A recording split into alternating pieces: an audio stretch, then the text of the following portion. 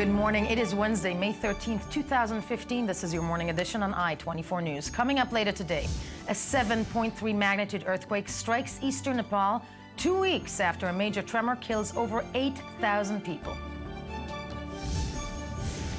U.S. Secretary of State John Kerry finally meets Russian President Vladimir Putin the first time in nearly 2 years. And later on the show, the 68th Cannes Film Festival opens today. We're not there, but we're going to tell you all about it. Good morning, I'm Yael Avi, and we begin again in Nepal. Dozens were killed and more than 1,000 injured in a deadly magnitude 7.3 earthquake that struck Nepal yesterday. It's only 2 weeks after a devastating quake killed more than 8,000 people in the Himalayan nation.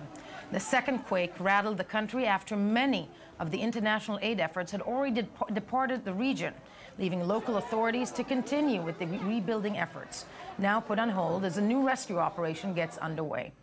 Meanwhile, reports also emerged yesterday of a U.S. Marine Corps helicopter carrying out earthquake relief in Nepal reported missing on Tuesday, with 8 personnel on board. We're joined in studio by Channel 1 Foreign Affairs Editor Oren Hai. Good morning. Hello, good to morning you. to you. By Times of Israel's correspondent Melanie Lidman, who just returned from Nepal. Melanie, good morning to you. And before we break it down, let's take a look at the following report about the latest from Nepal. Less than 3 weeks since the devastating earthquake that killed more than 8,000 people in Nepal, a powerful tremor shook the country, so far killing dozens and injuring hundreds. The first one, the biggest one, which measured 7.3 on the scale and was relatively shallow, 15 kilometers down, happened 5 minutes past 9 this morning, Geneva time. This is a very large earthquake. There were subsequently in Nepal 2 other earthquakes within a span of 30 minutes after the first one. We are all afraid to go inside our houses or buildings because such a strong earthquake is being felt. It is very strong once again. The earthquake, which scientists consider a part of a chain reaction in a notorious seismic hotspot, brought down buildings already weakened by the previous quake. Most of the reported fatalities were in villages to the east of Kathmandu, only just beginning to pick up the pieces from the earlier devastation.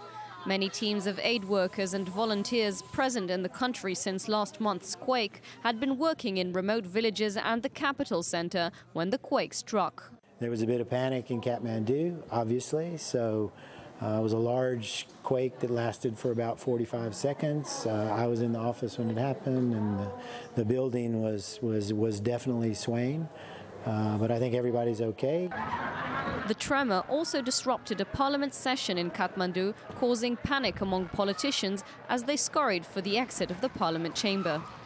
The epicenter of the quake was close to Everest base camp. The area was evacuated after an avalanche triggered by the April 25th quake killed 18 climbers. Mountaineers seeking to scale the world's tallest peak have called off this year's Everest season. Joining us from Kathmandu is photojournalist Heidi Levine. Heidi, good morning to you. Good morning. Thank you for being with us. I saw one of your statuses yesterday on Facebook as this tremor, as this earthquake was happening. Describe the scene yesterday. Well, I was actually out early in the morning photographing displaced people living in an encampment in the center of town that were dealing with their tents that had been flooded from the rains before, and I had just come back to file my pictures. I took a shower, and I was in my hotel room sitting on the bed editing when the earthquake struck. It happened about 12:43, I believe, yeah. And there was I couldn't immediately run out because I had just taken a shower and I wasn't fully dressed, so I started to get dressed as fast as possible. And everyone in the hotel was outside. Everyone had evacuated the hotel. As I started to run around the city, you could see thousands of people just trying to find open spaces as far as away as possible from buildings. People, people were not as panicked as I expected them to be. People were basically in shock, of course, to have this happen so soon after the previous quake. No, but I was about to say, the reaction, I'm assuming, on the ground, as horrific as it may sound, when this happened so close, 2 weeks after this horrific earthquake, you there, though, you said that you're photographing displaced people. The situation right now in Nepal, though, is very grave, isn't it? I mean, people still on the streets? Yes. As I said, like in the morning, you mean after the quake or pre-quake? Pre the quake, yeah, pre the second one, yes. Yes, and so, as I said, in the morning I photographed one family that were living in a tent just along the main road here in Kathmandu. The father and his daughter were laying under a mosquito net. I asked the father some questions. Their family's home was destroyed, and he's unemployed. He doesn't want to move the family to a camp.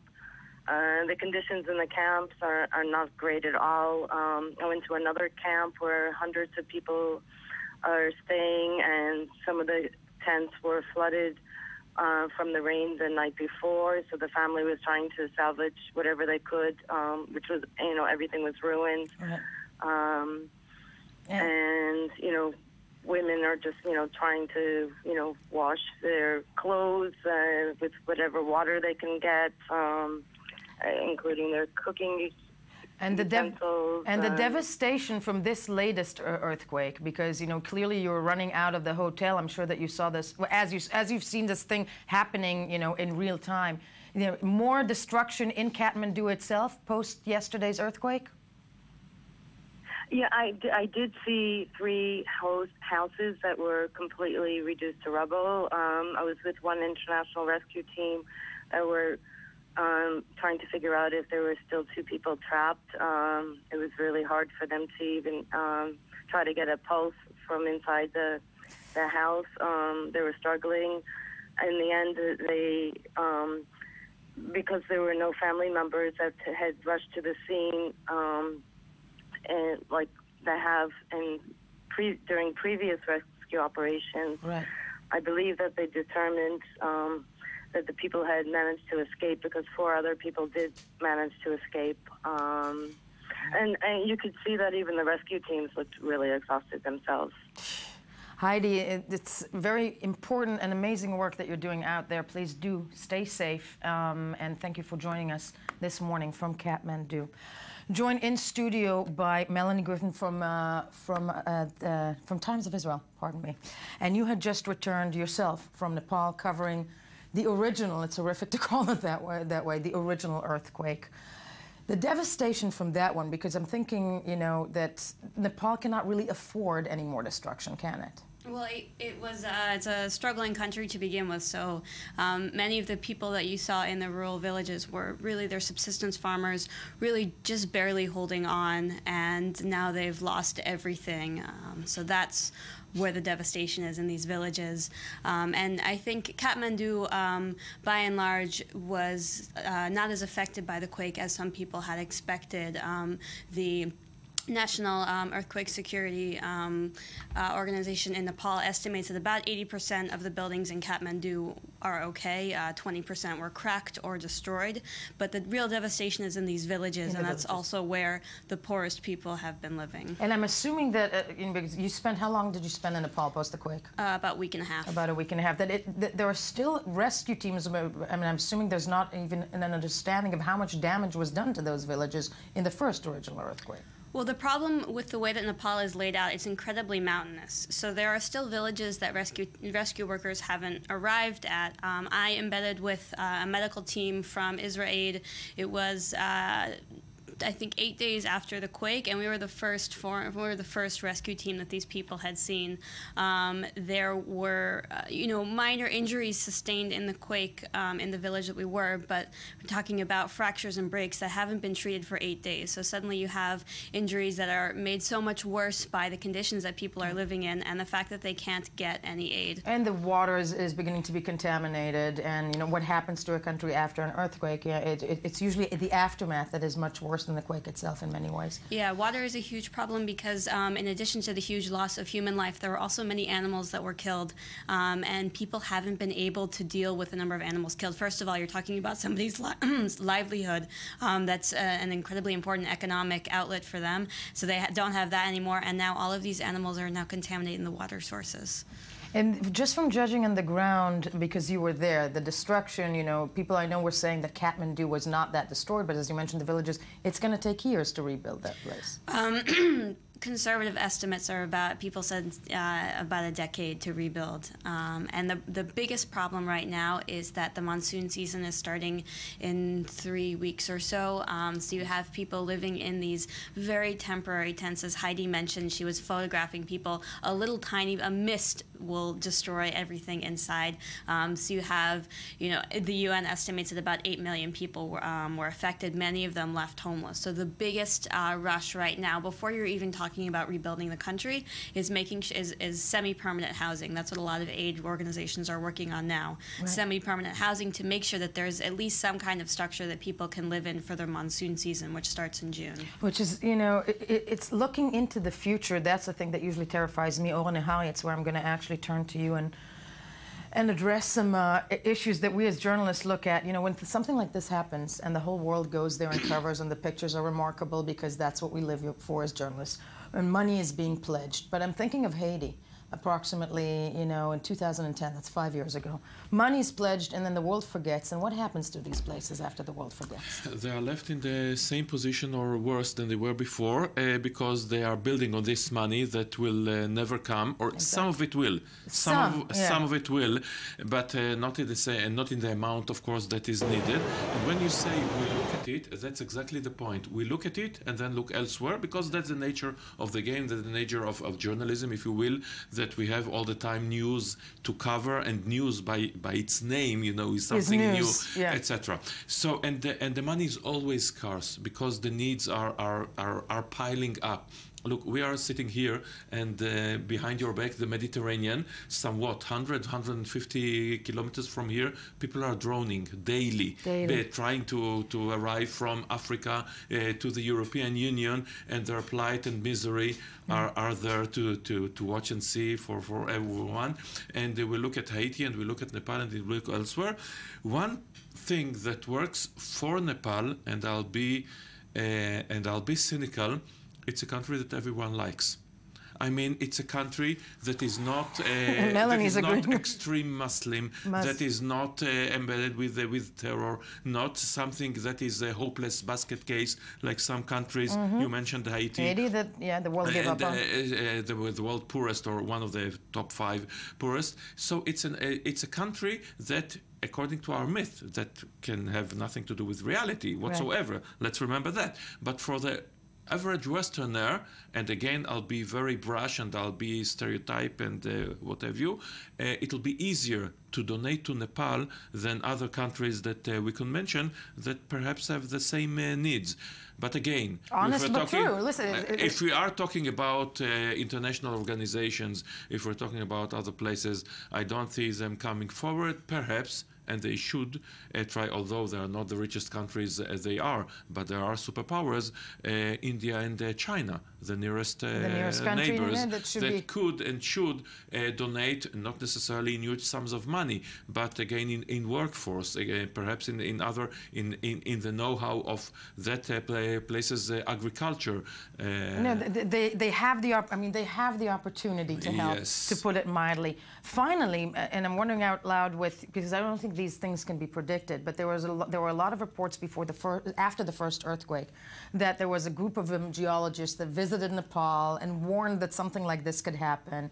When you were in Nepal itself, was there any kind of, I don't want to say animosity, but were the people, the Nepalese, upset at the outcome or the dealings of the world, or be it the government, with the aftermath of the earthquake? Well, Nepal is in the situation. It's located on the rift of the tectonic plates. Everyone knows that about every 100 years there's going to be a massive earthquake. I think the overwhelming feeling in Nepal was actually relief. The government and earthquake experts had... Thank God now we have another 100 years No, the earthquake experts had predicted that 100,000 people would be killed in the big earthquake. And the actual death toll was 8,000. Over and over I heard people say, thank God it was on a Saturday, which is their day off. Oh my God. Thank God it was in the middle, it was in the middle of the day. Silver linings and everything. The thing about in the villages, the fact that it was in the middle of the day, the vast majority of people were out in the farms working. It was just at lunch break, so the pupils were out of their buildings. They were playing in the yard. They were outside and not in the building that collapsed. There were so many, I think that people were actually so grateful. Of course, there's a lot of anger at the government, but the government, they don't hold the government responsible for enforcing building codes the way that we would in Israel or in other places. I think the anger will come. People are really in shock right now. At this point, and God knows, most likely after this latest earthquake. Melanie, I want to thank you for being with us this morning. Thank you for having me. And as we move along, and welcome back. U.S. Secretary of State John Kerry arrived in Sochi, Russia, yesterday for his first visit to the country since the onset of the Ukraine crisis in late 2013. In what was deemed by the Kremlin as a positive step, Kerry met with Russian President Vladimir Putin, as well as Foreign Minister Lavrov, to discuss several points of contention between the two nations: the Ukraine crisis, Russia's backing of Syrian President Assad, and the forming nuclear deal with Iran. Earlier on Tuesday, that would be yesterday, Kerry met with his Russian counterpart, Sergei Lavrov, following a wreath-laying memorial service for victims of World War II in the Black Sea. The two ministers held a private 4-hour meeting. Relations between Washington and Moscow are arguably at their lowest point since the Cold War, following Russia's annexation of the Crimean Peninsula in March of last year and its backing of the pro-Russia rebels in eastern Ukraine. A backing the Kremlin officially denies. More than 6,100 people have been killed in the Ukraine over the past year as the crisis unfolded. Still with us in studio is, of course, Channel 1's Foreign Affairs Senior Editor, Owen. Hi, Owen, you are staying in. Let's take a look at the following report and break it down from there. For the first time since May 2013, and with relations between Washington and Moscow at their lowest point since the Cold War, U.S. Secretary of State John Kerry arrived in Russia Tuesday to meet with President Vladimir Putin and Foreign Minister Sergei Lavrov. Kerry is hoping to explore Moscow's willingness to curb its involvement in Ukraine and its support for Syrian President Bashar al-Assad. He also wants to discuss a range of bilateral and regional issues such as Iran, IS, Yemen, and Libya. Western leaders have largely avoided Russia since the crisis in Ukraine deepened. Kerry himself canceled a trip to Moscow earlier this year after fighting flared in eastern Ukraine. The main Western accusation towards Russia is that it has been equipping and supporting pro-Russian separatists in eastern Ukraine, as well as sending its own troops over the border, claims that have been completely denied by Russia. Moscow, for its part, accuses Washington of coordinating last year's overthrow of Ukrainian President Viktor Yanukovych, who it backed. The United States and the European Union have imposed financial sanctions against Russia in an attempt to pressure Moscow into changing course, and according to U.S. officials, this visit could signal a move forward in relations. You have no idea. As said, we are joined in studio by Oren Nehari of Channel 1. Good morning to you. Also joining us live from Washington, D.C., Times of Israel correspondent Rebecca Shimoni-Stoll. Rebecca, good morning. Good morning to you. Yeah, always with us. And from Moscow Times journalist, Ivan Nechepurenko. I'm not going to butcher your name. Ivan, good morning to you. Good morning. Okay, Ivan, I want to start with you because this meeting, a long time coming, so to speak. Reactions in Moscow to it, you know, what is on the face of the press when they are describing this meeting, and what really is below the scenes, would you say? Well, I think the reaction has been very positive. It's seen as a step forward by the U.S. They have come to Sochi, to Russia, which hasn't happened for more than 1 year. I think the reaction is that the lowest point in the relations between Russia and the U.S. has passed, and now the sides are trying to go. Sadly, we've lost Ivan. Let's start with you, with Oren Nehari here. Rebecca's still with us. Oren, this meeting, terribly, terribly, terribly important. Let's refresh our audience's memory. Why did it take 2 years? First of all, you mentioned before that it's the relationship between Russia and the United States are at their lowest since the Cold War, and I wanted to ask you which Cold War, because we are now in the process of a second one. A second one, exactly. Yeah, the unfolding one. The unfolding one. Okay. So the couple of years. First of all, you could trace it. Well, the immediate reason, of course, will be Ukraine. Ukraine, the separatists, encouraged by Moscow, and then, of course, all the news about Moscow, about Russia's soldiers in the Ukraine. The Kremlin calls them volunteers, not sent for. And yesterday, just as Kerry and Lavrov met, there was a report by the late Boris Nemtsov, who was murdered. It was published and said that 220 Russian soldiers were killed in 2 battles alone in the Ukraine in the past year. So the meddling... And they were not volunteering. Yes. Probably not. Yeah. So the meddling in Ukraine and the annexation of the Crimea, as opposed to any international charter, anything that's supposed to be happening in international relations, that started it. And then, of course, the sanctions, etc., etc. From Russia's point of view, and they have a point of view, it's not only that Ukraine was the ancient, that Kiev was the ancient capital of Russia, that Crimea was Russian before Khrushchev said it.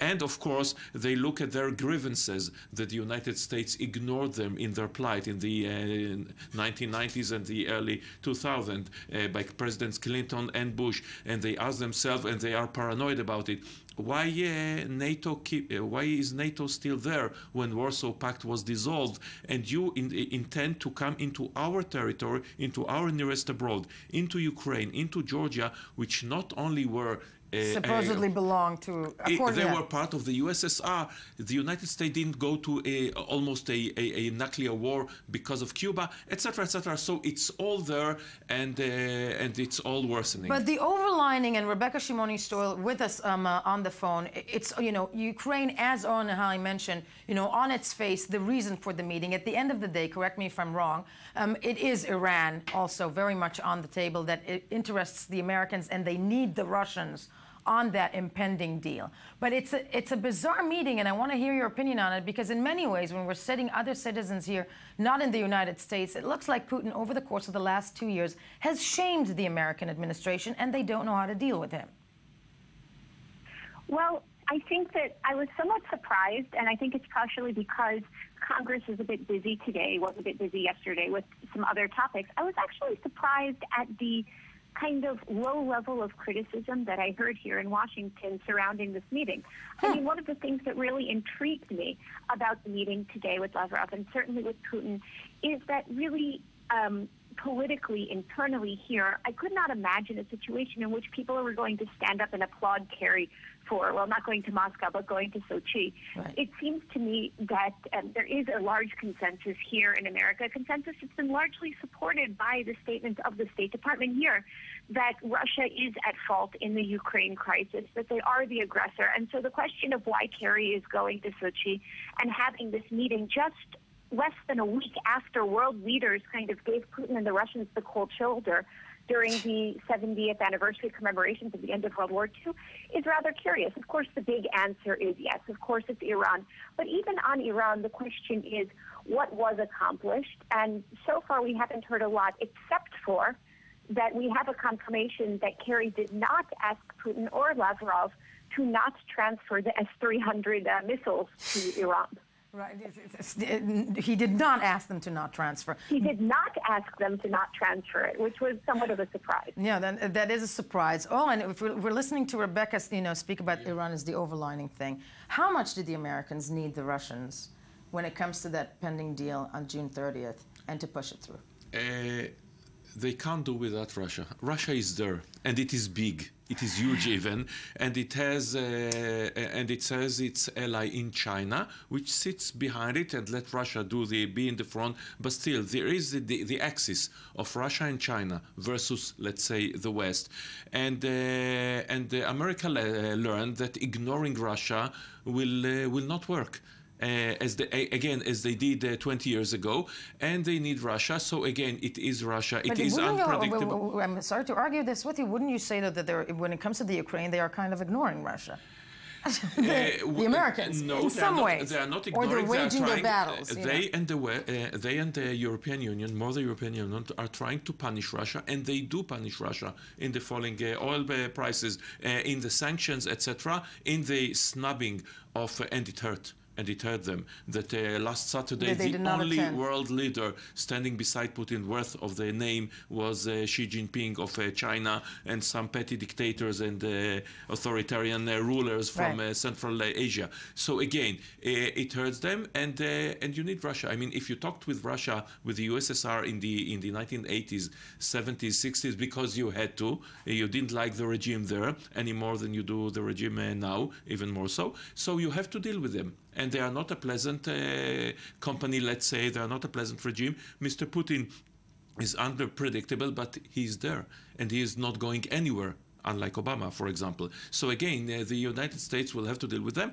And for Iran, what they are saying basically, and this is a totally different topic, what they say to Israel, for example, this is the best deal we can do, because if we continue the pressure on Iran, not the Iranian regime will crumble, but a sanctioned regime will crumble, because China and Russia are no longer there. We have to work with them as long as we can, because otherwise they're going to desert us altogether. Altogether, and all these sanctions. And of course, Russia is involved in Syria. Russia is involved in many other places. I know, it's sadly, all the time we have, but I think that's one of the main points. Russia involved in the Middle East, which is becoming yet again a chessboard in the new Cold War. Lovely morning to all of us. Orly Hari, pleasure having you with us. Rebecca in Washington, thank you. When we get back, a 5-day humanitarian ceasefire has begun in Yemen, hours after Arab coalition fighter jets struck against Houthi fighters and their allies. Let's see how long it will hold or last.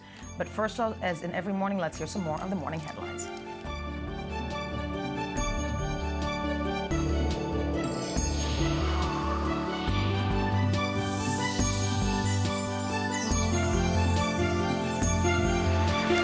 Good morning. I-24 News Morning Edition, the place to be on this May 13th, nice. 2015. Brilliant. Ami Kaufman here to tell me what day it is, because that is his job in life, as well as to discuss the news you've missed while scanning the headlines. There was quite a few of it this morning, and what will we start with? We're opening with President Barack Obama, who gave an exclusive interview to Asharq al-Awsat. It's his first interview with an Arab newspaper, and he has an interesting... His first interview with an Arab, he didn't even do one before. Ali Waked with us in studio also, I-24 News Middle East. That's his first interview with a print Arab newspaper. That's his first interview. Wow, I don't know why I thought that he would do it before Egypt 2008. Go ahead. And he's speaking ahead, of course, of the meeting tomorrow in Camp David with Gulf leaders. And he has some really harsh words about Iran, unsurprisingly, but very explicit. And I want to read what he said. Yeah. Iran clearly engages in dangerous and destabilizing behavior in different countries across the region. Iran is the state sponsor of terrorism. It helps prop up the Assad regime in Syria. It supports Hezbollah in Lebanon and Hamas in the Gaza Strip. It aids the Houthi rebels in Yemen. So countries in the region are right to be deeply concerned about Iran's activities, especially its support for violent proxies inside the borders of other nations. That is such a bizarre statement. Not a bizarre. Let's try and break it down, because I'm listening to this, and I'm very glad you brought this to our attention this morning. And this is coming on the heels, as you said, of the summit that many Gulf leaders, have actually not attended. The summit in the United States. And this statement aims to answer the warnings that have some Arab countries that sees in this administration a different player that aims to integrate Iran in the international community with ignoring the real policy and the real strategy of Iran. According to... Yeah, but if he says something like that, isn't this, and I'm going to speak in layman's terms really simply, isn't this going to piss off the Iranians? Or do they understand that this is just rhetoric for the Gulf state leaders? I think that the Iranians understand it very well. The Iranians see the collaboration that they have with the Americans in Iraq, and they see that in Yemen, the American administration position is not that harsh against what is happening in Yemen. And on the contrary, the Americans put pressure over the Saudis to promote the humanitarian ceasefire. Which we'll touch on in a minute. But it's it's an interview that he also touched on the two-state solution. Two-state solution, which is very interesting. He said that he's not given up on the two-state solution to the Israeli-Palestinian conflict, but said tensions in the region and serious questions about overall commitment have made progress difficult. And these are words that we have heard about. These are words directed straight to Israel. Straight to Israel, mostly to Netanyahu and the rift between Obama and Netanyahu. And coming out in an Arab newspaper, I'm sure that's going to fly well with with Netanyahu's constituency. Not going to fly well. And I also don't think it's going to make any changes in the Saudis' king to change his mind and suddenly get on a plane and come to the summit. A bit too late for that, I think. Yeah, there is a very interesting theory that says that the Americans were deeply involved in the fact that the new foreign minister in Saudi Arabia was dictated by the decision to appoint Al-Jubeir was a pressure after a result of pressure of the Americans, which means that we might see a different Saudi approach to the region, more suitable, that fits more the strategy of President Obama. And we need to see what the summit in Camp David will reach, whether the Saudis will be fully satisfied with this defense security system that should be concluded in the coming days. Right. For those attending. Yes, but headlines. Some more headlines. The third Freedom Flotilla is on its way, leaving from Sweden this time. As you remember, the first Freedom Flotilla was mostly notorious for Mavi Marmara boat, which resulted in the death of 9 Turkish activists that died after Israeli commandos boarded that ship. This one is leaving. And also resulted in quite a bit of a destabilizing the Israeli-Turkish relations. For several one of the years. First instances that destabilized. This boat is carrying solar panels and medical equipment, and it is leaving today about 5,000 miles away. So it's going to take a while. It's going to stop in Copenhagen and Malmo and some other places. But we'll have to see. I'm sure Israeli forces are keeping an eye on this one as well, as they did and let's hope it's not another flotilla incident, because I don't think any side can afford that right now. Yeah. To Britain, after post-elections, labor leadership contenders. The first one to say he's going to run is Chuka Umunna, who has been called for the last few years the British Barack Obama. Yes. And he announced yesterday in Swindon on Facebook, in a Facebook video, that he is going to run for Labour. And we have a short clip of him announcing this. Oh, let's take a look. I will be standing for the leadership of the party. I think we can and we should be winning in seats like in Swindon, north, south, east, west. We can absolutely do it as a party. Some have actually suggested over the last few days that somehow this is now a 10-year project to get the Labour Party back into office. I don't think we can have any truck with that at all. I think the Labour Party can do it in 5 years. I want to lead that effort. Okay, I'm sorry. I'm going to have to be awful. Okay. Is it the wind? Yeah. Wait. It's a few things. One, he's 12. Okay. He's 12. He's 36. Okay. Good. He's a young guy. He's 36. Okay. Yeah. So I'm clearly jealous because I'm not 36. But 2, the win. You want to run, you want to sell your... Yes. Did he shoot it with his iPhone? No, I'll tell you what his reasoning was, that he said, I want to get out of Westminster and go to the people and go to the areas where Labour had huge defeats. They lost really miserably in this area called Swindon. And he said, I'm going to go to Swindon and do it. I take it back. But I agree with the whole idea. If you're going to... And the focus as well isn't that great. And the wind... We're awful television people. Yeah. But still, it's an argument that I accepted. I think many have argued towards the Israeli left in the recent elections, apropos. Yes. That get out of Tel Aviv, go to the areas. Bubble. Exactly. Yes. So there's that. And another candidate who said she's going to run yesterday is Liz Kendall, the shadow health minister. She's saying, people might think I'm a bit biased in this, but I think it's maybe time that Labour had a woman leader. She's a bit less known than Chuka Umunna, but she's also running. And we're going to hear some more names. I think it's about time the world had more women leaders, but that's just me. Yes. Huge telecom deal yesterday. Verizon, the nation's biggest wireless operator, bought AOL for $4.4 billion. This is a really big deal. It's all cash. And AOL, it's known for its huge rise and fall. Now it's mostly known. Email. And your email. You're one of the only people, I think the only person I know AOL was an AOL email. I keep it alive. It's very odd, very odd. But AOL also bought, the Huffington Post, which is very known. Now, it's not the first deal that telecom organizations are doing this. AT&T bought DirecTV, the satellite television business. Comcast bought NBC Universal. It's the future, because at the end of the day, I think what this Verizon AOL deal, it's yet another attempt for the digital or for the devices to, and I'm again simplifying this, to overhaul and eat us. And to, the television, basically to consolidate it all into one screen. The telecom, they want to have the content as well. They don't want to be the ones who are responsible only for delivery. Right. They want to be in the content as well. Yeah. So that's what we're seeing. And that is before Mark Zuckerberg has invented some form of a screen, which of course will happen. Never heard of that. Yes, I'll shut up. We are moving along. Thank you, Ami Kaufman, locked in studio with us.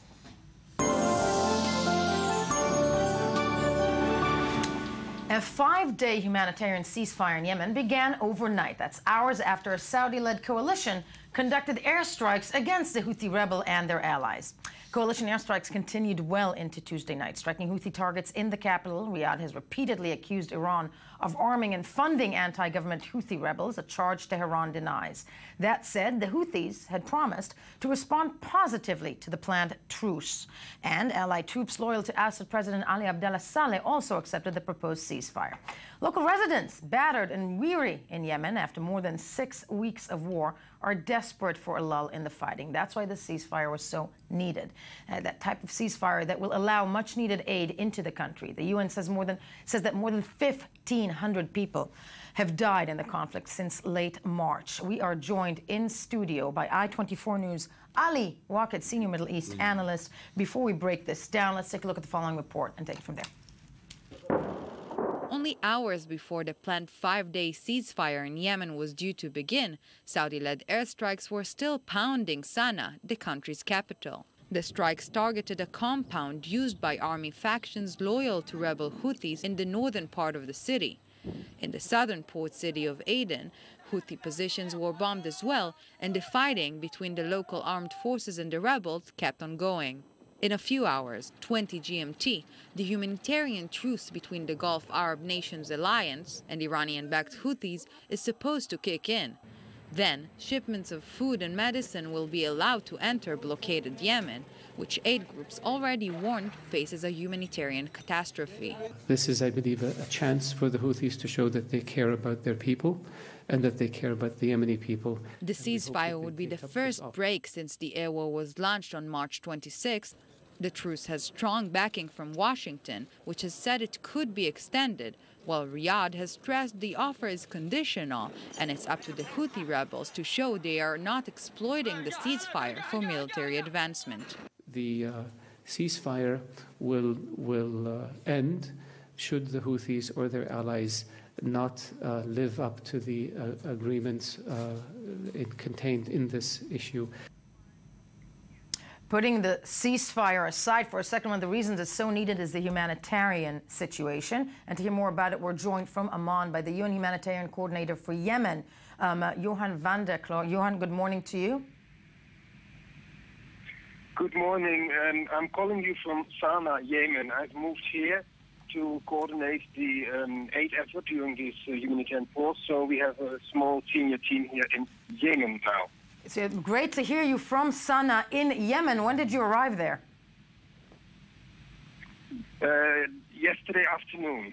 Yesterday afternoon. And explain to us, first of all, describe the situation on the ground in Yemen, and why is this humanitarian ceasefire, so to speak, so needed? As you know, the humanitarian situation in Yemen is alarming. It was always already a crisis situation. More than half of the Yemeni population was in need of any form of humanitarian external aid over the last years. With the escalation of the conflict since March, this has only aggravated the situation. We, as a humanitarian community, have tried our very best over the last 6 weeks to deliver much-needed aid to the affected population. But this ongoing conflict and fighting on the ground and also the airstrikes, it has been extremely difficult for us to have access to the population, to get much-needed aid into the country, to have it shipped around in the country. So we have called for this humanitarian pause, which now has been agreed by the parties and has come into effect at 23 hours last Tuesday. So far, last night, Sana'a has been quiet, no airstrikes. We have verifying reports what's happening in the regions. It seems that so far the humanitarian pause has been respected by all the concerned parties. No, but we have to be vigilant, and the situation remains fluid. No, incredibly so. I'm glad you mentioned that at the end, because the ceasefire has come into effect only over midnight, but you are on the ground. How difficult was it to get in? It was not easy to get in because in order to get in, to fly in, you need to have clearances from the coalition forces, but you also, of course, need to have a commitment from the parties on the ground that once you're here, that your security in Sana'a, and Sana'a, as you know, is in the hands of the Houthi.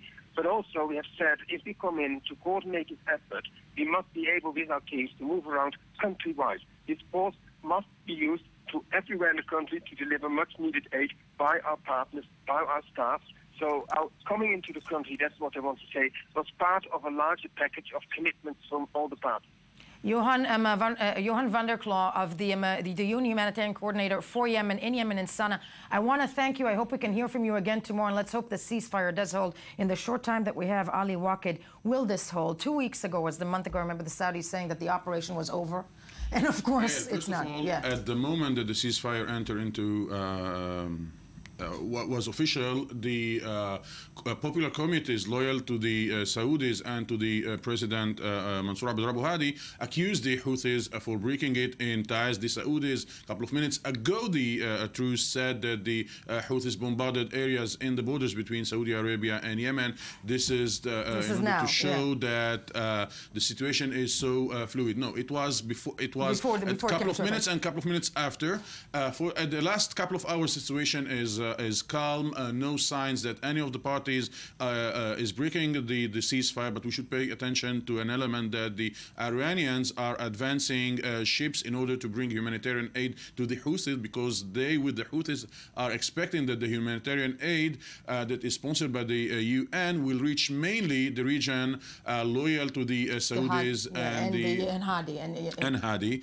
And this might be an incident that will inflame once again the situation and will threaten the stability of the ceasefire. The irony of fighting over aid and who brings it in and who's going to get it is is beyond belief, even in this region. Sadly, that's all the time we have. But Yemen, in effect, really, Ali, doesn't really exist anymore, does it? Well, we need to see the coming days. The Houthis are expecting, and the Russians are pushing forwards in this direction, that this ceasefire will turn into an opportunity for negotiations between both parties. And in the negotiations, the Houthis want to see themselves part of the decision-making in the country. And hopefully, we'll see some sort of a move towards that, towards a reconciliation, because, as we know, this is kind of a microcosmos picture for the rest of the region. By the way, this is not the first time in history that the Yemenis are fighting each other, and Yemen was divided until 15 years ago. I know that the things that the West needs to remember. All the time we have Ali Waqid with us in studio. Thank you very much for being with us. When we get back, Cannes, the film festival, something completely different. As mentioned, we're not there, but we'll tell you all about it. So stay with us.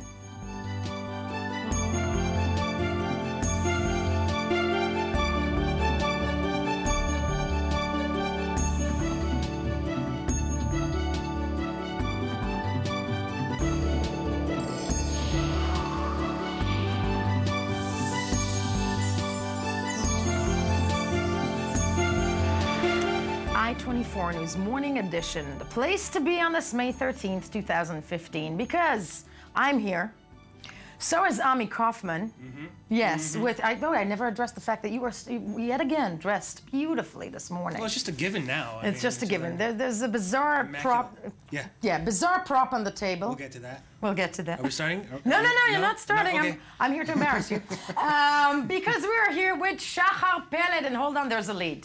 There's a lead coming on. Okay, yes. Okay. Today is the day. It's the 68th Cannes Film Festival. Okay, it opens today. And no, the sea behind me is not Cannes. This is Jaffa. I-24 News culture correspondent Shachar Peled is here, sadly, not in Cannes, to tell us everything we need to know about the film.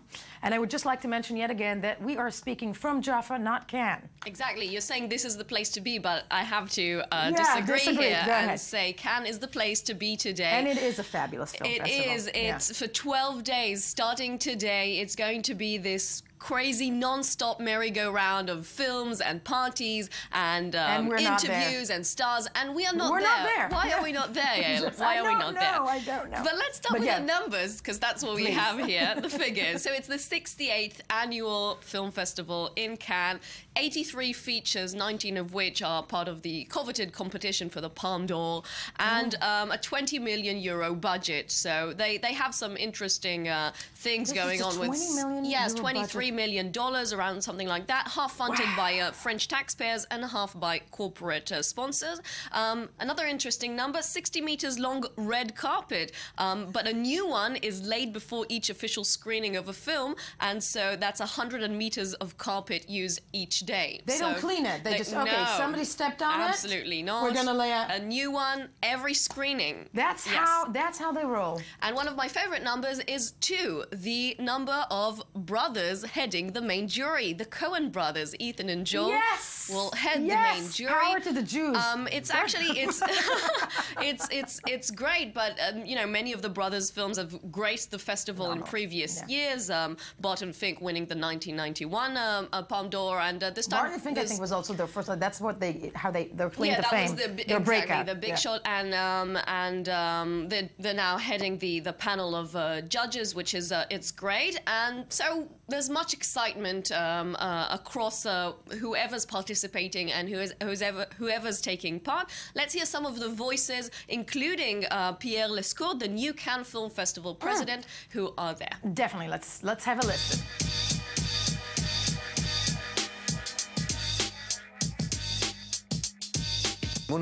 My utmost ambition would be really that, like each year, at the end of the festival, millions more people across the world would want to go to the cinema.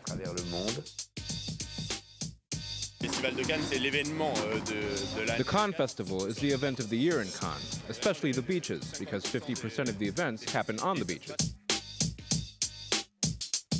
We noticed that out of the 19 beaches you have on the Croisette, almost all of them are for private functions, with tents and parties.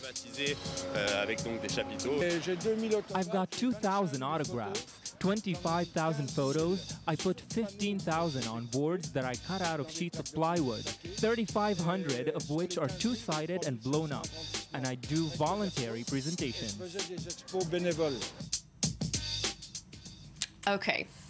No, I just would like to mention that we're not there. Yeah, we're not there. The fans are there. Crazy fans. 25,000 autographs. What's on the table? Okay, so let's talk content. The opening film is called Standing Tall. It's by French director Emmanuel Berco, and as absurd as it may sound, it's the first time ever in the 68 years of the film that the film that opens the festival is directed by a woman. It is crazy. Starring Catherine Deneuve as a juvenile judge who is trying to intervene in a case of a young offender. It's this hard-hitting social drama that is supposed to make you cry eventually. First time in 68 years. Yes, it's crazy, but it is a year for women, and we'll get right to there, but it's bound to be much better than last year's opener, I remind you, Grace of Monaco. So it's definitely going to be a better start for this. Luckily, because I was pregnant. You did not miss anything. Wow, that opened Cannes last year? That opened Cannes last year. This year they decided to go with something with better quality. But this film will not be part of the official competition. As we've mentioned, 19 films.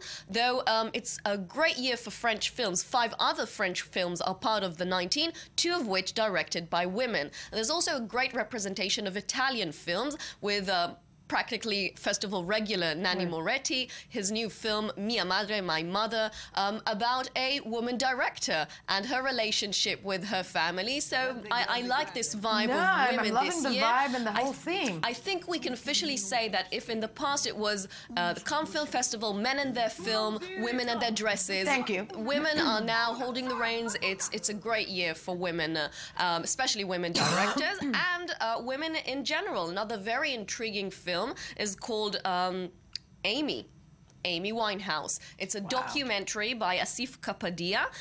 His previous film, Senna, back in 2010, it was about the Formula One driver. In a very similar method here, he doesn't show the interviewees on screen. He mixes the audio with the archive footage, and so here we get the audio, of course, with the great music of Amy Winehouse and her personal fascinating story.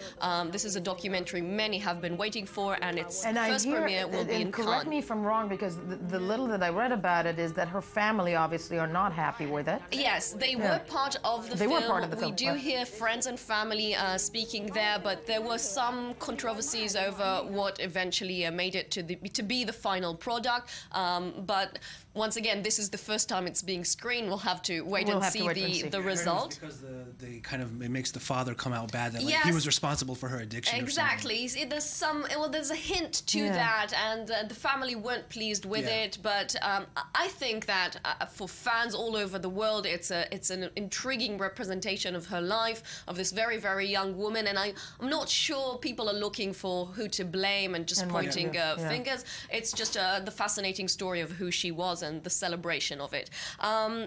Those more mainstream highlights, of course, they're very looking into attracting the American audiences. And so there's the annual Woody Allen film. Every year we've got a Woody Allen film. This time it premieres in Cannes. I'm sorry.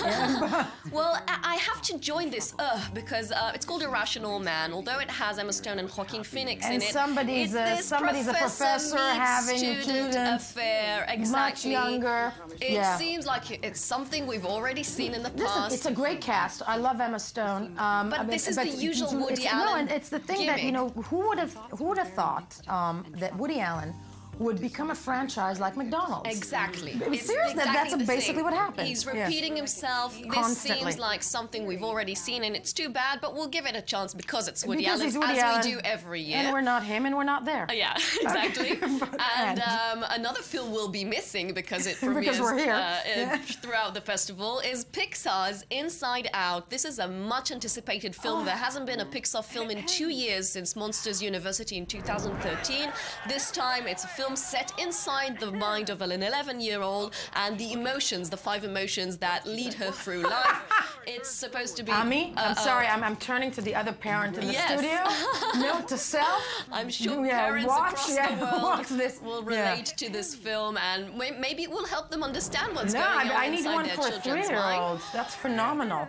Fans have been waiting for this film, and those who, like us, aren't at the Cannes Film Festival will have to wait to June 19 for the official theatrical release. Really quickly, one last one. Yes, so finally, as we said, they're trying to attract more US audiences, so there are many films which are directed by non-English directors but are speaking English. For example, Youth with Michael Caine. This is Sorrentino's English language film, which is very interesting to see. There's also Gabriel Byrne and Jesse Eisenberg in a film called Louder Than Bombs, and Trier's Louder Than Bombs. So many foreign filmmakers are trying to make English-speaking films, and Cannes is trying to attract more English-speaking, so to speak. Yes, okay, exactly. Yeah, you know, Shahar Peled, you are not in Cannes. You are here. Unfortunately. Yeah, you are here, but that is the time. Stuck in studio. But God, we've done something really fabulous for you. I have no idea what it is.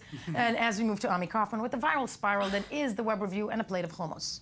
Yes. Well, this web review is going to be mostly dedicated to food. Okay. And we are starting with the hummus plate. It is May 13th, the International Hummus Day. Did you know that? Are you serious? I'm not. Well. Yes. I don't know if I'm serious. It's Hummus Day. Okay. It is Hummus Day. This holiday is actually 4 years old. It was launched by an American-Israeli entrepreneur in 2012 called Ben Lang. Is he crazy? He's not crazy. He said Chinese. No, it's also stepping into. I think people think that in the Middle East, or let's say in Israel, Palestine, the biggest battle is land ownership, occupation. No, they are wrong. It's who invented the hummus. Yeah, well, I think that's a lost battle right there. I mean, Israelis did not invent hummus. That's pretty much a given. Take it away from it. It was the Egyptians actually. You're right. Yes, it was the Egyptians. Okay. So feel free to dig in while I'm... I'll do that with my pen. I have to ask, do we know why May 13th? I mean, was that the only available one on the calendar? The Haaretz article did not touch that date, but I guess it was was just open, Yeah, it was just available. Right, yeah. I like mine more with olive oil and stuff like that. That is terrible hummus. Oh, no. Yes. On to the next time. Someone, if he was here, he would have dug into that really, really quickly, because Chris Christie, the governor of New Jersey, who might be a contender in the Republican Seriously, primaries. He's going for it? He spent between 2010 and 2012 about $82,000 on food at the Giants Stadium. That is a lot of pistachio ice Just cream. at games, but it's about $1,400 a game in 58 games that Ridiculous. he was in. And the Washington Post, what they did is, I mean, this is all over the place, going viral, but the Washington Post actually said, brought up a list of stuff that he could have done with that money if he hadn't just eaten it. One is like a one tenth of a block of Jersey Shore boardwalk rebuilding after the Sandy hurricane. Right. a year's household income for an average New Jerseyan, stuff like that. Good stuff that could have been used for good causes if he hadn't just had that appetite of. Yeah. But you can see the Hillary campaign there, like pushing this news, like look how much he ate. Sticking with food, America's last family-owned matzah factory in the Lower East Side, which used to be a very Jewish area but isn't really much anymore, is going to be closed. It was bought for $30.5 million. The Streets matzah family I have to say, this is devastating to me, and I'm going to speak about myself for a change. But that said, they first closed the 2nd Avenue Deli, which was the place on the Lower East Side to get matzo ball soup, and now they're closing the matzah factory. I think there's an anti-Semitic scheme going on here. There's some. But 30 million, I mean. Yeah, that's pretty good. Yeah. They're saying that they might open somewhere else, maybe in Brooklyn, which is becoming, the new Lower East Side in certain areas. Yeah, before it turns into Soho. And speaking of places that are closing down, this place is opening up in Hong Kong. It is the world's first Hello Kitty restaurant that will open in Hong Kong. Oh, no. Yes, it is. It's going to make waves. It's going to make waves, and as I brought you some pictures from the menu. It has a lot of, my Mandarin isn't that great. It has a lot of Hello Kitty things. Where you just, it's dim sum, basically. The rice. First of all, stop. We're going to look at this. Listen, I have a 3-year-old. She is, she's a Hello Kitty junkie. I can't get it, though. I don't think she would like to eat. Some sort of a cat and... And she's 40.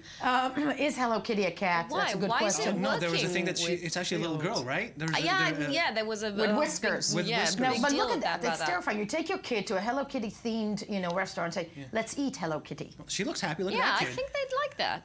You know what? I would go. They're well trained. I know. That's a Hello Kitty. What is the pink stuff? I don't want to know. Dim sum. Is that like the liver of a calf? Okay. I don't know.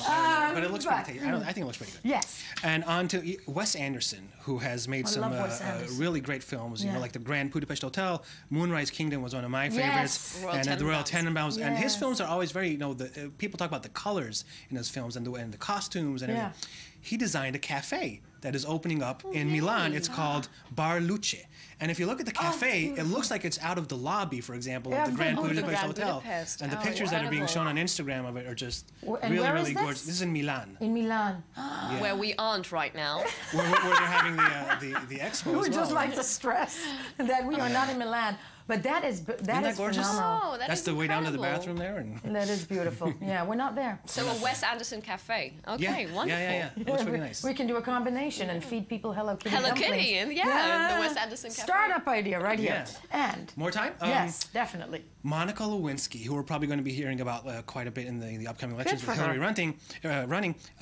She's been offered $1 million by a Las Vegas sex museum for her DNA-stained dress, the famous dress that she wore in the Oval Office while having Didn't she burn that thing? No, she told everyone that she kept it. I'm surprised by the sex museum that. I'm surprised by sex museum. Yeah, we're not like, there either. Okay, actually, the sex museum has been after this dress for years. They offered $250,000. Now they're hiking it up to $1 million, and she has yet to respond. And one last one. We have a few seconds to see this beautiful puppy who was very sick. I love dog videos. Let's just see this. He was very sick. Okay, it's an animal video. It's an animal video, yes. And now he's healthy, and it just shows how he grew up on a treadmill. On a treadmill. Okay, sick dog, being healthy. Let's watch.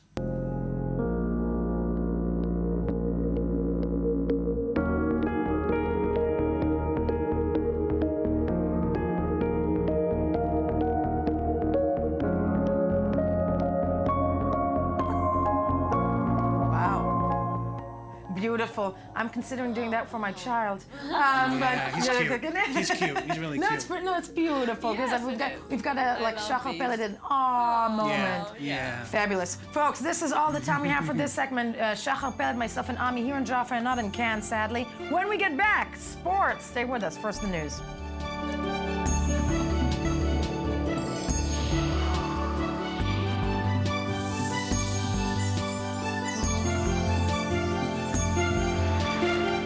I-24 News Morning Edition on this May, 13th, 2015, with, as I always say, but I do mean it this time, two of my favorite people in the world. I've heard that one before. I know. But flattery will get me everything. It's nice. It's nice, right? It's nice. It works. It works for me anyways. I don't know. And that would be Daniel Roth of The Economy magazine, joined by Mirav Savir of the Sports magazine, of the glory that is I-24 News. And we are going to start with you. Daniel. Great. Yes. What do you have for us today? Bernie Sanders. That makes me happy. Presidential hopeful. Some would Let's say face it, not really. long shot full. But good for him. But he's given no indication himself that he thinks he's a long shot and he's only pulling things to the left. He's an openly, maybe for our viewers we should Yes, you should explain. Openly socialist senator from Vermont. That most likely people in Middle America are referring to as communist? Yeah, okay. And he has actually been quite successful in the early days of fundraising, mostly from small amounts to 1 cent to $199. He's doing some impressive things, and he's had an impressive career. Let's take a look at the man that is Sanders. Let's have a look. Although Hillary Clinton is the clear front-runner for the Democrats in the race to decide on the party's U.S. presidential nominee for 2016, the 73-year-old independent senator from Vermont and self-described socialist, Bernie Sanders, may give her a run for her money. His agenda focuses on rebuilding long-neglected infrastructure, pushing climate change as an economic issue, and American jobs, noting that while numbers have gotten better since the crisis began in 2008, inequality continues to grow. How does it happen that the top 1% owns almost as much wealth as the bottom 90%? And my conclusion is that that type of economics is not only immoral, it's not only wrong, it is unsustainable. It can't continue. While Clinton has been flexing her left muscles in these early days of the campaign, Sanders is outspoken and situated well to her left. His ongoing push for what he calls more fair economics has struck a deep chord. All of the mainstreamers are taking large amounts of money in order to get there. I do like a lot of Bernie Sanders. He's an independent. I like a lot of what he's done in the past. Sanders' campaign raised $1.5 million in its first 24 hours and doubled it over the next 3 days. These are amounts that beat a number of other primary campaigns. Sanders' campaign has focused on grassroots fundraising, but even his top large-scale contributors are mainly unions, while others list major banks and corporations. Indeed, campaign finance reform has become a major concern for Sanders. We now have a political situation where billionaires are literally able to buy elections and candidates. Let's not kid ourselves. That is the reality right now. So you got the Koch brothers and other billionaire families now prepared to spend hundreds and hundreds of millions of dollars in elections to buy the candidates of their choice, often extreme right-wing candidates. Senator Sanders has made a career of winning races by openly and honestly communicating his brand of socialism to voters. And although most see his presidential bid as a long shot, his history suggests that he's worth keeping an eye on. Daniel, other than me thinking that you're the perfect person to do a profile about Sanders, but when you said that, that some of his ideology is hitting a deep chord with with Americans, do we really think that? I mean, because it's the type of rhetoric, socialist rhetoric, and before I said, people would refer to him in the States as communist, that doesn't really fly, even within the Democratic Party. Right, so he's got this thing about him. He communicates his socialism in a way that people aren't afraid of. And the reason why most of us rightly expect the American electorate to shy away from a candidate like this is because the American electorate, like many electorates, tends to vote on capitalism fear. won. I think the world is capitalism won, and we're living in the age of capitalism. Well, so this is the big question. Post-2011, post-Indignado movement in Spain, post-Occupy Wall Street, we're seeing a shift in consciousness. The way, the percentage of Americans who think that socialist is a dirty word goes down. This is actually a poll people take. Just yesterday, the TPP, the Trans-Pacific Partnership, fast-tracked. This was Obama's big push to get this, what Bernie Sanders called a job killer for Americans, through the Senate. That got stopped, and that was largely due to Bernie Sanders pushing that. He is an impressive guy. When he won mayor of Burlington, when he became the rep in Vermont, one of the reps in Vermont, when he became the senator, everyone kept saying, you're a socialist, you can't win, you're not going to do it, and he kept on doing it. And it's really an impressive career that he's put together, all doing the opposite of what a lot of advisors tell politicians to do. He's simply saying, here's what I think. When people say, don't compare us to Scandinavia, don't tell people you want us to make more America more Scandinavian, he says, you know what? I'm going to go out there and tell people I want America to be more Scandinavian. And it seems to play. I'm going to go out there and say that if you compare it to Israel and you look at the last elections, one of the arguments that people always make towards the left is that they're afraid to say that they're leftist. But Bernie Sanders is doing a different thing. That said, when it comes to, his, and I'm opening this up because Merav is also American. We know that he doesn't stand a chance. No, right? None whatsoever. Yeah. This is the reality on the table that one of the things he said this week was, I certainly will not out fundraise and outspend Hillary Clinton. He simply can't. He knows that. But he's just going to try. He's going to try. Me and Rob going, so cute. But it just makes me think of Little League sports. I'm just going to try, and everyone's going to get a trophy at the end. It's not about winning. Yeah. It's he is really trying to push things in his direction, and that's the thing. It's kind of working. How big is the economy going to play? Because the argument is that Obama did, or maybe one could say it's because the times changed, and that is what happened. That Obama did bring the United States back into so-called, a healthy economy, so to speak. How big is it going to play in the primaries, do you think? In the primaries, probably less. So primaries are a lot about image and kind of if you can put together a total package that primary voters think can take on the contender from the other team. Exactly. In the general election, the economy is going to be everything. We know that. It's always everything. More and more we're seeing in England, in the U.S., in Israel, security become something, but economy is everything. Still. Fascinating character, and we will be watching more, I'm sure, over the course of the next year. But Daniel, thank you. You're locked in studio for Merav Savir with the Sports Corner, things that I personally investigate daily. Yes, what do you have? Then take it away. No. Oh, my God. Well, we're starting with the biggest story of sports this week in the United States, which is Deflategate. It's back? Well, it's back. So, okay, Deflategate. Do you know what it is? Yes, of course I do. All right, well, Deflategate is back. Actually, I'm really glad that Deflategate is back because I really failed to understand it the first round. Well, we do have a report that details what it is, so let's take a look at it first. Deflategate. I love saying Deflategate. Go, take it away. This morning, Tom Brady sidelined, suspended for 4 games without pay for his role in Deflategate. Touchdown! His team, the New England Patriots, taking a hit as well, fined $1 million, matching the largest fine in NFL history, also losing 2 draft picks. The NFL saying Monday footballs were intentionally deflated in an effort to provide a competitive advantage to Tom Brady, adding the 4-time Super Bowl winner was at least generally aware of the activities leading to the deflation.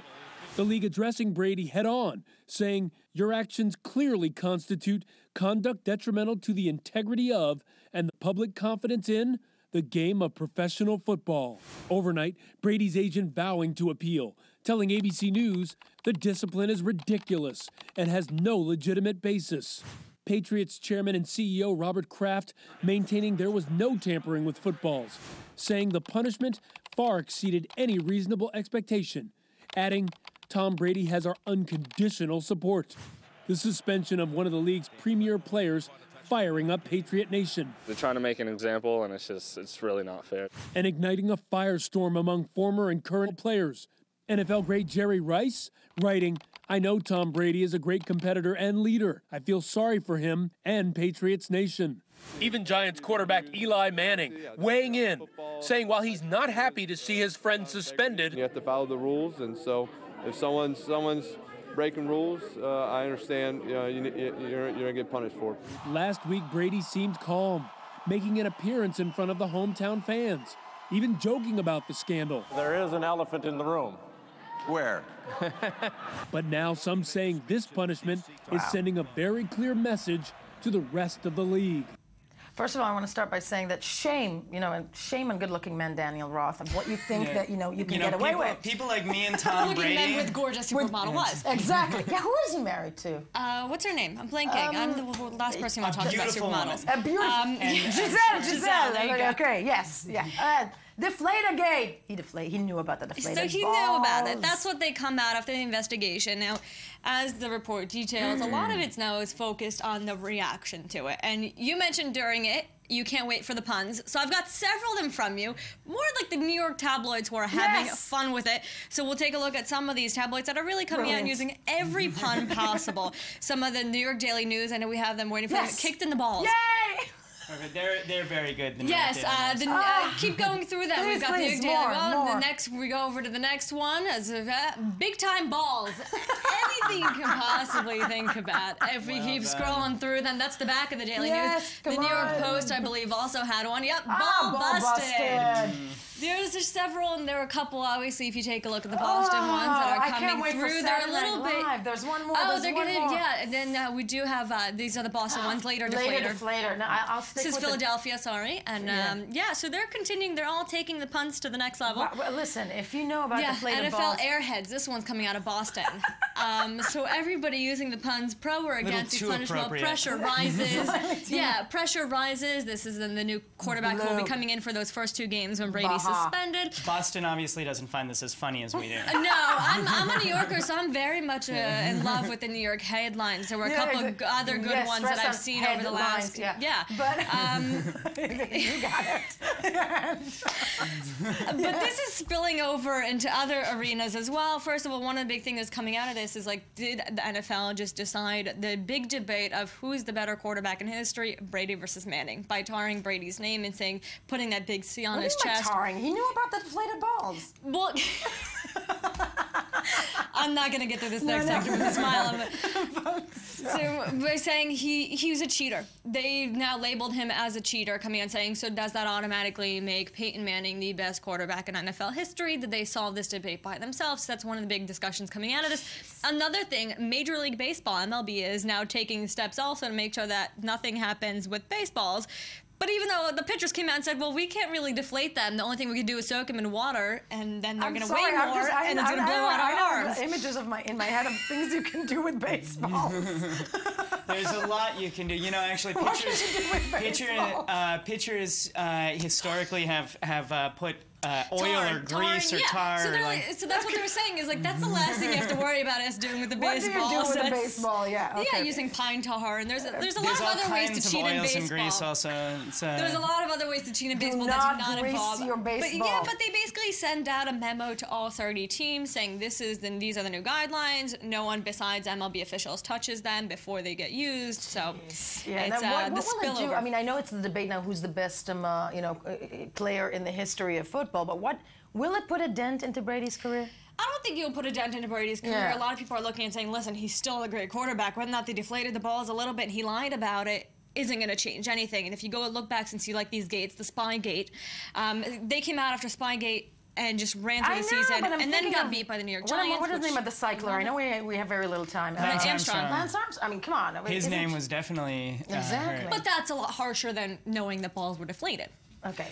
Now, one of the things to note is a lot of quarterbacks have come out and a lot of teams have come out and said, we've done this, we've done that. Here's a minor thing I used to do in my career. Here's a minor thing. And forget about that. A lot of people are saying, well, look at Ben Roethlisberger and look at all the other players. We've got murderers and dogfighters and all these other things. And all he did was, and all he did was deflate balls. But the other big two stories, we'll just go through them quickly.